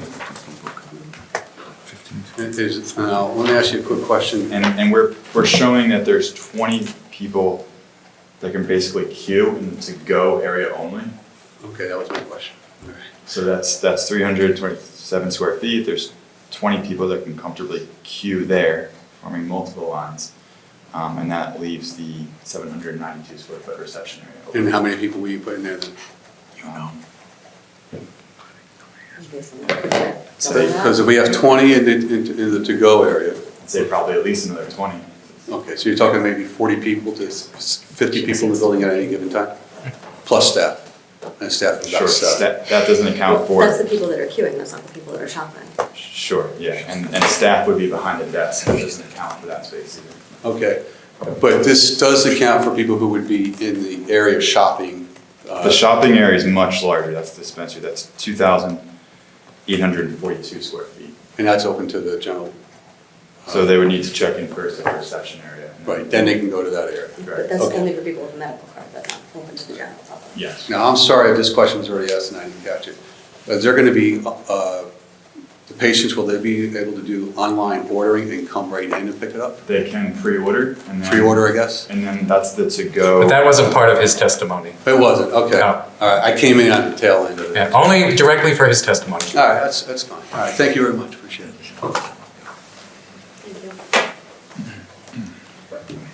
Anybody else in the public for Mr. Rizzo? All right, we'll close public questioning now. And thank you very much, Mr. Rizzo. I'm going to make a motion to take a 5-minute recess. Second. All in favor? Aye. Any opposed? We will now call the meeting to order, and I will take roll call. Jose Alvarez. Here. Wendy Glassman. Here. Daniel Harris. Here. Russell Lewis is absent. Joe Potter. Here. Tim Slick absent and recused. And Vice Chair John Scully. Here. Chairman Christopher Avalon. Here. All right. Welcome back, everyone. Ms. Weiner, it's your show again. Thank you. So slight change of plans on our end. Because the traffic testimony will not be presented tonight, my planner would like to wait until after the traffic testimony is done to present his testimony. Okay. So I have my architect here. I'd like to bring him up to answer any architectural related questions and have him put on the record any architectural related testimony that may have been missed. And then You probably want to recall Mr. Frolick for some very, very narrow questions that were asked by board members. Okay. no, what do we do? Please, It doesn't really matter whether we go with Mr. Froelich. Let's, since the architect is sitting there, I don't want to make him stand up again. It's okay. Please raise your right hand. Do you swear affirm the testimony about to give the truth, the whole truth, and nothing but the truth, so help you God? Yes, I do. Put your hand down. Please state your name, spell your last name, and give us your office address. My name is William Mandara, M-A-N-D-A-R-A. My office is 374 Milburn Avenue, Milburn, New Jersey. My company is Mancini Duffy. Your qualification, sir? I'm a licensed architect in New Jersey and many other states. I've testified before dozens of boards across New Jersey. I've been licensed since 2004 and practicing since 1994 when I graduated New York Institute of Technology with a degree in architecture. Your license is still in good standing? Yes, it is. And you've appeared before other zoning boards and Yes, I have. planning boards? Yes, I have. Okay, so please proceed. We accept your credentials, Mr. Mandara. And please let us know what you can tell us. Okay, first, you heard Mr. Rizzo's testimony, Yes, I did. and the testimony that he gave relating to the plans prepared by you in your office was accurate? Yes, it was. Okay. You heard there were several questions by the board relating to architectural issues. The one that I remember most clearly had to do with redesigning the building to put the loading zone in the rear parking lot side. Correct. In your professional opinion, is that doable? Is that feasible? It would be a complete redesign and realistically a separate application than what we're doing now. Anything is possible. We can move mountains with time and money. It's fair. Okay. Did you look at that design at first, Mr. Mandara, or was this your first attempt at it? Well, we've gone through several iterations of designs to get here. What we're doing is utilizing the existing loading space that's there now rather than modifying the building and creating a space that, in Mr. Rizzo's testimony, would not necessarily be functional. So is it your testimony that the combination of the existing condition of the building, the cannabis regulations, the municipal regulations, the limitations of parking and whatnot that's currently on the site is what led to this current design? That is correct, yes. Thank you. And then if the board wants to ask their questions, because I apologize, but I do not remember them. I think the main question was the design of the loading area and backing out onto Memorial Drive. That seemed to be essentially the most problematic for the board. Understood. And then combining that with trying to put it in the back, we didn't really get much testimony on whether that could be done or not. Understood, and like I said, we didn't consider that to be a practical or nor feasible option. And specifically why? Because the access to where that would be is not consistent with the cannabis regulations of keeping the delivery separate from where the people come. The actual physical limitations per Mr. Rizzo's testimony are not conducive to that. Additionally, altering the building in such a way where we would be bringing a vehicle in there would create a condition where we would have to fire separate that per code, as well as remove carbon monoxide from there from vehicles coming in the building. So the existing uncovered loading space is the most practical place for it, in my opinion. So were you talking about having a covered space in the back when you say that the emissions concern? Yes, if we will, I believe, excuse me if I'm wrong, I believe the question was if we would alter the building to have a loading space in it. I mean, I suppose you could remove the roof, but that wouldn't, again, we're getting into large-scale design changes that would be really a wholesale change from what we have designed now. I guess that would be my question. If you have a location in the front with no roof,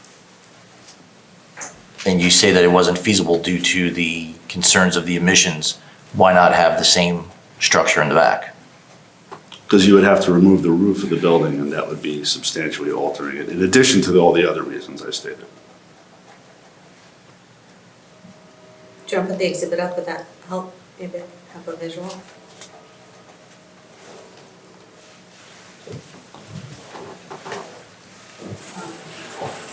Yeah, why don't we use Jordan's, the ATL? Use ATL, because that shows the whole site.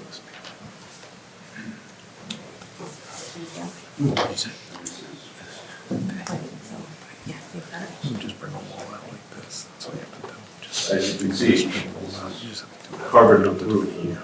He's assuming What do we have now? you can do it here. What you tell him? I understand that, but you're doing, I think Mr. Rizzo testified that you're doing a complete build out. So your redesign, the space is not built out right now. There's nothing there. So you're designing a complete build out.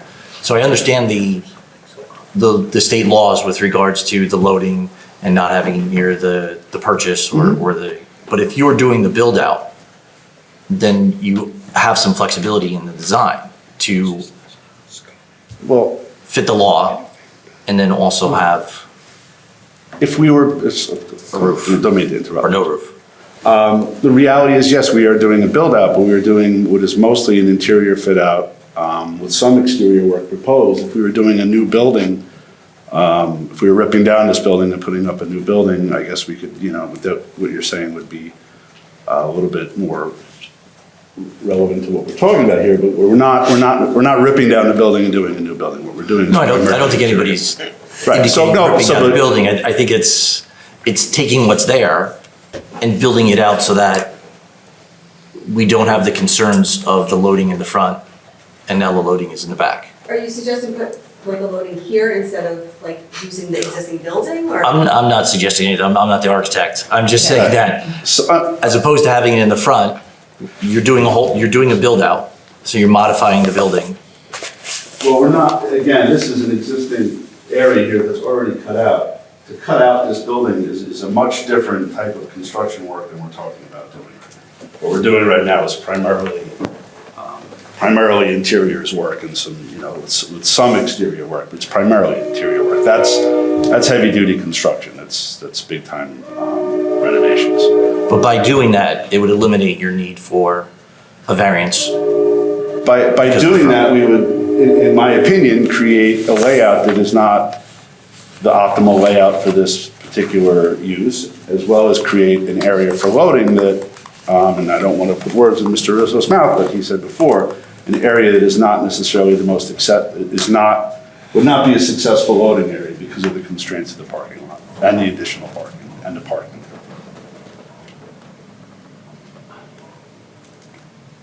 So I just want to quickly add something, and I'm not suggesting you're wrong, although I sometimes take the regulations up to bed with me. I know of no regulation that prevents a loading area and an area that allows the medical patients to come in. Do you guys know of the specific regulation or statute that prevents that? Because that's the testimony I'm hearing, that the state doesn't want these two things next to each other. I may have misspoke on that, but I don't believe it's, go ahead, sir. Okay. I mean, I don't have a section, I don't have anything. I'll check it out. I believe it's a security concern more than anything, just to keep it separate. Yeah, I know of no regulation. I know you asked Mr. Froelich to come back up, he may be able to answer that. If it's not, I apologize, but to me, it's. We'll get to Mr. Froelich. It's good design. We will. It's good, so. Mr. Mandara says he's done. Sorry? No, I'm just saying, we'll get to your. Got it. Regardless, it is good design to keep them separate. Well, I wasn't suggesting. No, I understood.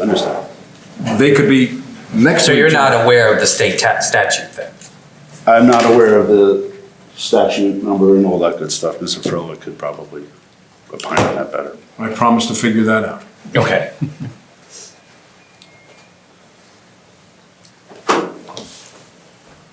Any further questions or comments for Mr. Mandara from the board? I have one question, just to clarify some of the answers that you had and some of the answers, the way they were phrased by the engineer as well. We asked a very straightforward question, which was, did you go through a design with the loading in the back? We did not look at that because we do not feel it is an appropriate design for this project, for this layout, this building, this site.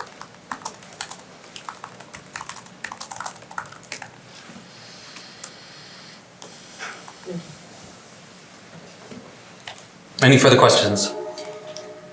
Okay. Mr. Mandara, could you put some context into the frequency of deliveries for the proposed facility versus what goes on today, if you happen to know? That's an operational question. I'll defer to them. Okay.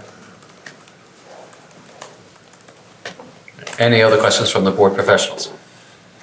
There was some discussion before from Mr. Rizzo about how many people can queue inside. I think that might be a good question for you based on fire code and all that kind of stuff. Can you let us know what that is? So the building is designed to accommodate egress for the maximum amount of people per the code, which is 60 people per square foot for mercantile, which we discussed as an analogous use. That does not mean that's how many people will be in there, so I would really defer again as an operational issue. I can tell you that the space will be designed to have a maximum of 60 people per square foot. That will not necessarily be how many, sorry. 60 people per square foot? It sounded a little tight. 60 people per square foot? Really tiny people. It's not a hospital. Sorry, 60 people per foot, sorry. At any rate, it's really an operational decision of how many people will be in there and based on furniture and layout and who will be in there. Well, I understand it's an operational thing, but there's a capacity that you would normally calculate. Do you know what that is? It's per code mercantile, which is 60 per 100 square feet. No, now it's 100? Now you guys got me all confused. It's per the, I could look at my phone and tell you the exact nomenclature, but is it 60 square foot per person? Well, doesn't the fire official say this has a maximum capacity? Yes, thanks for giving me the answer to the test. It's 60 people. And how much of the space counts in that 60? The whole entire thing? No, and then when we go in to submit to the building department, assuming we get there, that's part of our egress calculations that we'll go in there. We'll calculate things like there's storage areas that has a lower occupancy rate. Office areas have a lower, that's 100 square feet per people versus 60. So all that goes into the exact number of what the egress must accommodate. But again, that's not what will actually be in the building. So Mr. Rizzo said earlier that I believe the testimony was 40 people could queue inside. Does that sound ballpark to you, or do you think there's room for more or less? No, that seems like a reasonable idea of who could queue in there, should they choose to allow that many people in there. Gotcha. Okay. Thank you. No problem. How many cashiers basically did you put there inside the building for people to be served at one time? I'd have to look at the drawing, but. I think there was 7 people per shift, Danny, so. No, yeah, but there might be. But is that 7 people on the cashier? Is that 7 people? You're So referring then to they elected, haven't given us right? the total number of people in the building, right? It's 7, it's 7. I wanna know how many people are gonna be waited on at one time. So there's No, I know, but they told us the amount of in the employees. dispensary building. area, there's 9 stations. There are 9 stations, but you only have 7 employees? On a shift. Is that what we heard correctly from Mr. Rizzo? Yes, and previously from Mr. Froelich, so, again. But we heard 7 people, right, was going to be the employees and his shift. Yes. Yes, Clarify. right? So now we're hearing more people? No, that was. No. But there's No, it's 9 not more people. registers. No, it's 9, Yeah. yeah, it's 9 stations, and Mr. Froelich will explain why there's more stations Than people. per shift. You don't have self-serve? I do. I don't think you can Self-checkout? see it. I don't think that's allowed, but There I are- don't want to quote any more statutes. There are vending machines now in California. I wouldn't doubt it. And there's home delivery in New Jersey. Any further questions for Mr. Mondara? All right, I'll open it up to the public for Mr. Mondara. Please ask your questions directly related to his testimony only. Anybody for Mr. Mondara? Going once? Going twice? And we're closing public session. Okay? Thank you so much. Thank you. Okay, and then we will recall Mr. Froelich for the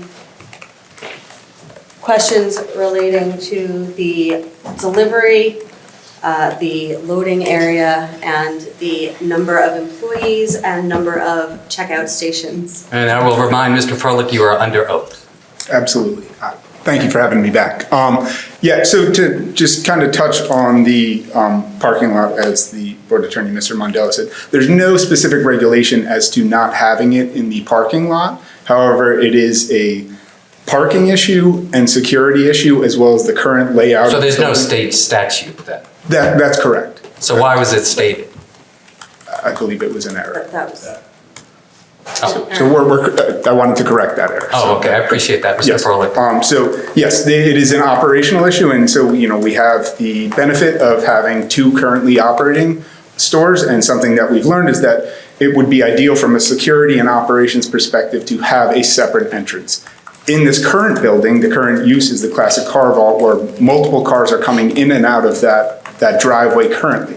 The number of deliveries that we would have is probably between 1 and 3 per week. So you're talking about a very low frequency with that use. In addition, state regulations do require that there are 2 delivery people in that vehicle at all times. So when the vehicle is empty, there will be another employee who can assist in safely backing out onto Memorial Drive, or as it were, backing into the driveway if the board would prefer that they back in and pull out forward. So these are the reasons why we chose that specific layout, is that it's better from a security perspective, it's better from a parking perspective, and there's plans in place for why that would be the absolute best use. There's currently a garage door there, it's currently a loading area, so causing the least disruption to the area, having the best security and the best operations flow, and the most parking is the reasons for that design.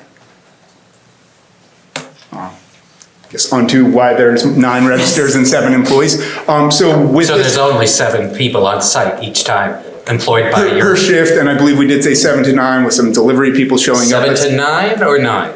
Yes, with 2 people being So then delivered. you're losing more parking spaces as well. No. I'm sorry, yeah, if 2 of those people are delivery people, as I said, there's 2. So they would not be using the parking lot. The 7 people and 9 registers is because it's a largely cash business, so when someone's coming off shift, they want to count out the register. Additionally, there's software issues, as I'm sure any of you work with computers, there are issues. So we don't want to have a stop in flow because a register is down or anything along those issues. So there may be more people on site at any one point. Are you referring to employees? Patients? Employees. I am sure that clocking in and clocking out, there might be some overlap, but the number of people on site is 7. That are on shift. So that is the reason. So then we can keep to that estimation of losing potentially 7 parking spaces to employees, correct? Correct. Okay. And the last one. It was number of people that can queue, and parking. I know you're not a traffic engineer, No. but based on your experience at your other 2 locations, how many parking spaces do you have to the size of building, and is there an issue at either of your other locations? Sure, so the most analogous location would be our Roselle Park satellite dispensary, where it's just a dispensary. That location currently has 12 parking spaces, and 5 of those are generally used for employees, and we've had no parking issues whatsoever, including when we opened up. The reality is this is a medical-only facility. All of our facilities are medical-only, and while in the past, when there was much fewer access points for patients, there were larger crowds. At this point, in that location, we're seeing between 50 and 100 patients per day, and that's spread out over a 10-hour day. So we really have not had any parking, and we're going to have significantly more parking here, just so that if there is an uprise in that flow, we could accommodate that. At our Cranberry location, where we see approximately 250 people per day, we have about 15 patient parking spaces, including some to-go order ones that are the short ones, and we no longer have any issues with parking whatsoever with that number of spaces. So we're looking at having more parking. Again, we want to go above and beyond to make sure that there isn't an issue that's overflowing, and that's why it's so important that we preserve all of the parking spaces in the back, and that's why we chose that design. So with none of your locations, you've never had an overflow problem on opening day? No, so the answer to that is no. Opening day for our Cranberry location, you're going back 7 years. It was a much smaller medical program. So the answer was yes then for Cranberry, because it was 7 years ago? No, there was almost no patients in the program at that point comparatively. Oh, that's right. So there was no issues whatsoever. So, as I said, as access points have grown, the number of patients coming to the facilities is smaller. We are a medical-only facility at all of our facilities, and we have no issues with the parking or traffic. Okay. So Cranberry is located in an industrial park, correct? That's correct. Okay, so now you're trying to come into a residential area? Because Asbury is a residential area. Where you're coming from be in a residential area, not in an industrial park. Sure, I believe the area is designated as light industrial, but yes, it is closer to residential areas. Okay, now how many people work reception? Usually 1 person. Okay, so that means you're gonna have 6 people on cash registers. That would be accurate, yes. Okay. So Mr. Harris was concerned about handicap parking. Do you have some type of program that would afford maybe curbside pickup? If I have some difficulty getting out of my car and I see that the 2 handicap spots are taken, can I pull up?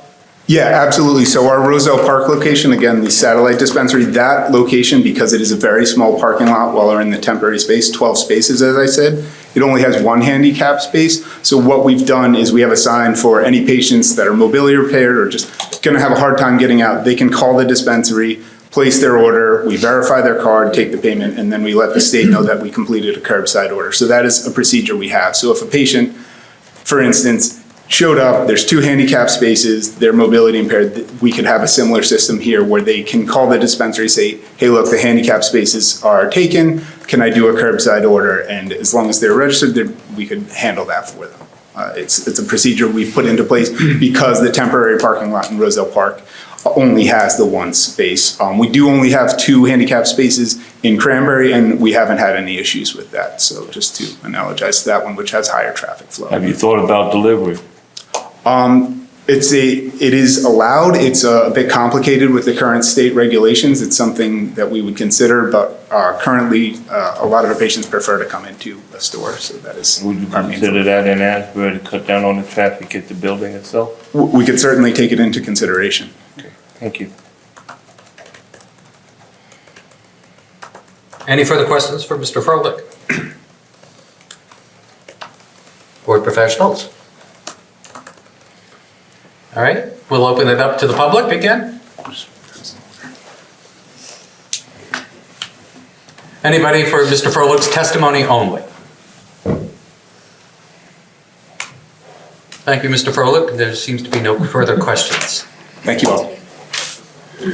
Ms. Weiner? Okay, well, if that is all for Mr. Froelich and Mr. Mandara, if nobody has anything else for Mr. Rizzo either, then we would ask the board to carry this application to the next hearing so that we can present our traffic testimony, our planning testimony, and hopefully conclude at that point. Okay, all right.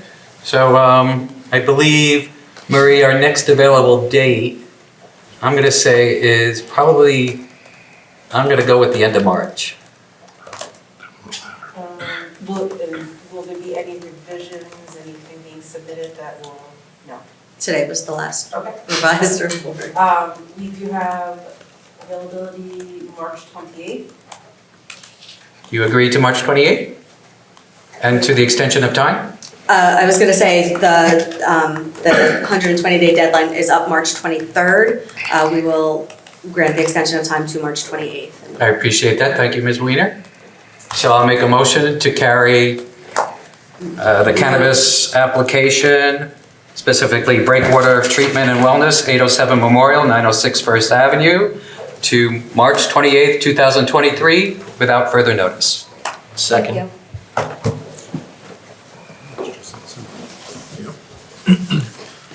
Thank you, everybody. Thank you.